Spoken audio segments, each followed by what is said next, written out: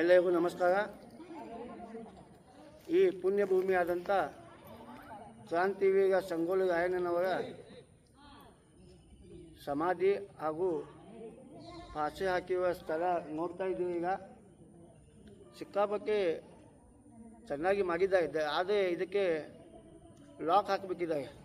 ಯಾಕೆ ಅಂತ ಗೊತ್ತಾಗ್ತಾ ಇಲ್ಲ. ನಾವು ಇಲ್ಲಿ ಒಬ್ಬ ಜನಸಾಮಾನ್ಯ ಕೇಳಿದಾಗ ಅವ್ರು ಹೇಳ್ತಾ ಇದ್ದಾರೆ, ಟೆಂಡರ್ 20 ಕೋಟಿ ರೂಪಾಯಿ ಕೊಟ್ಟರೆ ಟೆಂಡರ್ ಚಾಲೂ ಮಾಡ್ತೀನಂತ. ಇಲ್ಲಿ ಇರುವ ಕಾಂಗ್ರೆಸ್ ಸರ್ಕಾರ ಏನು ಮಾಡ್ತಾಯಿದೆ? ಕಣ್ಣು ಮುಚ್ಕೊಂತಿದ್ದೇನಾ? ಇದು ಕ್ರಾಂತಿವೀರ ಸಂಗೊಳ್ಳಿ ರಾಯಣ್ಣನವರ ಬಹಳ ದೊಡ್ಡವಾದಂಥ ಇವು ಕ್ರಾಂತಿಕಾರಿ. ಇಲ್ಲಿ ನೋಡ್ತಾ ಇದ್ದೀವಿ, ಜನ ಎಷ್ಟು ಜನ ಬಂದು ಹೋಗ್ತಾ ಇದ್ದಾರೆ. ಯಾರು ಕೂಡ ಇದಕ್ಕೆ ಅವ್ವನೂ ಇಲ್ಲ ಅಪ್ಪನೂ ಇಲ್ಲ, ಎರಡೂ ಲಾಕ್ ಹಾಕಿಬಿಟ್ಟಿದ್ದಾರೆ. ಸಣ್ಣ ಮಕ್ಕಳಿಗೆ ಕ್ರಾಂತಿವೀರ ಸಂಗೊಳ್ಳಿ ರಾಯಣ್ಣನವರ ಚರಿತ್ರೆ ಹೆಂಗೆ ಗೊತ್ತಾಗಬೇಕು? ದಯವಿಟ್ಟು ನಾವು ಕಾಂಗ್ರೆಸ್ ಸರ್ಕಾರಕ್ಕೆ ವಿನಂತಿ ಮಾಡ್ಕೋತಾ ಇದ್ದೀವಿ, ಇದಕ್ಕೆ ಇಮಿಡಿಯೇಟ್ಲಿ ನಿಮ್ಮ ಸರ್ಕಾರದಿಂದನೇ ಇದು ಓಪನ್ ಆಗಬೇಕು.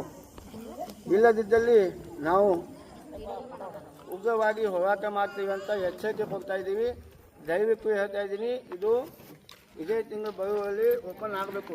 ಇಲ್ಲದಿದ್ದಲ್ಲಿ ನಾವು ಉಗ್ರವಾಗಿ ಹೋರಾಟ ಮಾಡ್ತೀವಿ. ಅದೇ ಥರ ಸಂಗೊಳ್ಳಿ ರಾಯಣ್ಣನವರ ಚರಿತ್ರೆ ಬಹಳ ದೊಡ್ಡದಾಗಿದೆ. ನಮ್ಮ ಸ್ವಾತಂತ್ರ್ಯ ಸಿಕ್ಕೋದು ಅದು ಯಾವುದೇ ನಮ್ಮದು ಪುಣ್ಯ ಅಂತ ನಾವು ತಿಳ್ಕೊಂಡಿದ್ದೀವಿ.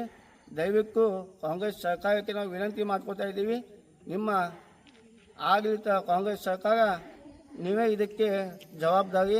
ಮುಂದಿನ ದಿನಮಾನಗಳಲ್ಲಿ ಇದು ಓಪನ್ ಆಗಲಿಲ್ಲ ಅಂದರೆ ನಾವು ಉಗ್ರವಾಗಿ ಹೋರಾಟ ಮಾಡಬೇಕಾಗಿ ಎಚ್ಚರಿಕೆ ಕೊಡ್ತಾ ಇದ್ದೀವಿ. ಜೈ ಸಂಗೊಳ್ಳಿ ರಾಯಣ್ಣ.